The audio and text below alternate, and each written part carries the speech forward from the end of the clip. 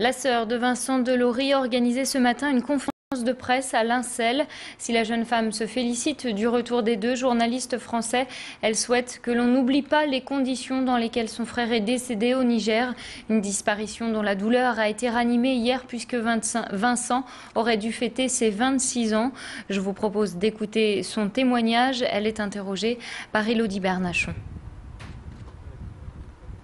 La voiture a explosé au moment de l'intervention militaire, donc au moment où l'armée est intervenue, mon frère était toujours vivant. Donc la voiture a explosé et on sait par les éléments qui nous ont été communiqués qu'il y a eu un laps de temps qui nous paraît particulièrement long. Entre le moment où la voiture a pris feu et le moment où les forces armées qui étaient proches du véhicule sont arrivées sur place et n'ont pu que constater que mon frère était décédé.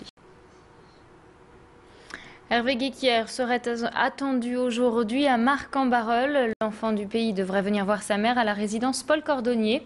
Une maman qui a évidemment assisté devant la télévision à l'arrivée de son fils en France, les yeux pleins de larmes. Âgée de 84 ans, la mère d'Hervé Guéquière n'a pas pu se rendre à l'aéroport de Villacoublay pour des raisons médicales. Le maire de la commune de Marc-en-Barœul la connaît bien. Il nous parle d'elle. Je crois que Mme Guéquière, c'est quelqu'un d'étonnant, qui a vraiment un tempérament fantastique. Et j'avais toujours dit que si son fils avait le même tempérament qu'elle, il s'en sortirait. Je pense que quand on l'a vu ce matin arriver, on a vu à quel point il était, après une période aussi éprouvante, en relative bonne forme. Et donc j'ai eu Mme Guéquière au téléphone hier, bien évidemment, et aujourd'hui également. Incontestablement, Mme Guéquière est folle de joie, enfin extrêmement heureuse de cette issue heureuse. Je pense que dans les jours prochains, et peut-être demain d'ailleurs, il viendra rencontrer sa maman qui l'attend avec tout son amour.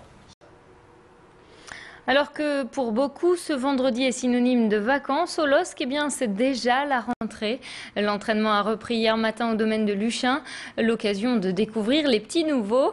Cette année, 4 recrues ont été intégrées. Dimitri Payet, qui nous vient de l'AS Saint-Étienne, Vincent Enyama, ancien joueur du club de Tel Aviv, l'ancien attaquant nantais Silvio Roni Rodelin et enfin le milieu de terrain Benoît Pedretti qui a quitté le club d'Auxerre.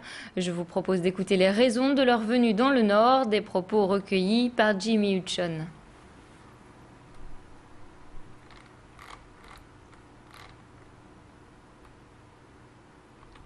Projet sportif des Lilles, qui est un projet très intéressant pour tout joueur. Cette qualité de jeu aussi où voilà, tout le monde a envie de jouer dans cette équipe qui joue au ballon, qui prend beaucoup de plaisir.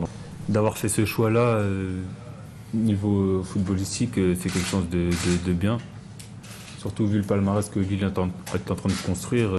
J'ai envie de faire partie du projet. La Champions League est un rêve, j'y ai participé une fois. Donc j'ai vraiment envie de faire partie de ce projet et porter une médaille française autour du cou à la fin de la saison. Un mot de politique à présent avec l'opposition de la communauté urbaine qui organisait un point presse hier. Les députés maires Marc-Philippe Daubresse et Bernard Gérard souhaitent une nouvelle gouvernance à la tête de la communauté urbaine. Selon eux, Martine Aubry ne peut pas être à la fois en campagne pour les primaires socialistes et à la présidence de Lille Métropole. Élise Clersin a recueilli l'avis de Marc-Philippe Daubresse. Écoutez plutôt. La communauté urbaine, nous on a Aubry la sectaire, Aubry la méchante, Aubry la femme du passé qui ressort le programme Jospin. Donc d'une part, nous allons quand même mettre en évidence, c'est notre rôle, on est dans l'opposition, toutes ces contradictions de l'envers du décor. Le laboratoire de la métropole lilloise, c'est comme des villages Potemkin autour de Catherine de Russie, il y a l'envers du décor, il n'est pas tout à fait celui qu'on décrit à Paris. Donc, premier point. Deuxième point pour la gouvernance, Madame Aubry va présider, je le suppose, un certain nombre de séances de conseil communautaire, mais à l'évidence, comme elle est en campagne, elle ne va pas pouvoir manager l'ensemble de ses équipes et donc il va falloir déléguer de la gouvernance. En bref, le site de la clinique de Lambersart devrait fermer le 31 décembre.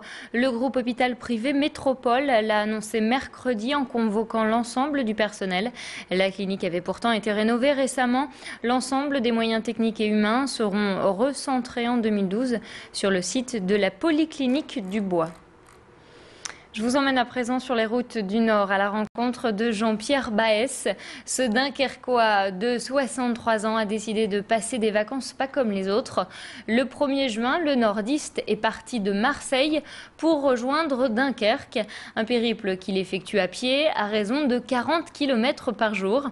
Ce jeudi, il était de passage à Lille. Nos caméras ont donc pu le filmer. Si Jean-Pierre marche, ce n'est pas par plaisir, mais pour récolter des fonds pour la recherche contre le cancer. En 2008, lors du parcours inverse, Jean-Pierre avait récolté 15 000 € de dons. Pour le moment, il aurait déjà atteint les 20 000 €, un engagement personnel qu'il nous explique. J'avais toujours promis de faire une marche pour mes amis qui sont décédés du cancer et faire la traversée de la France.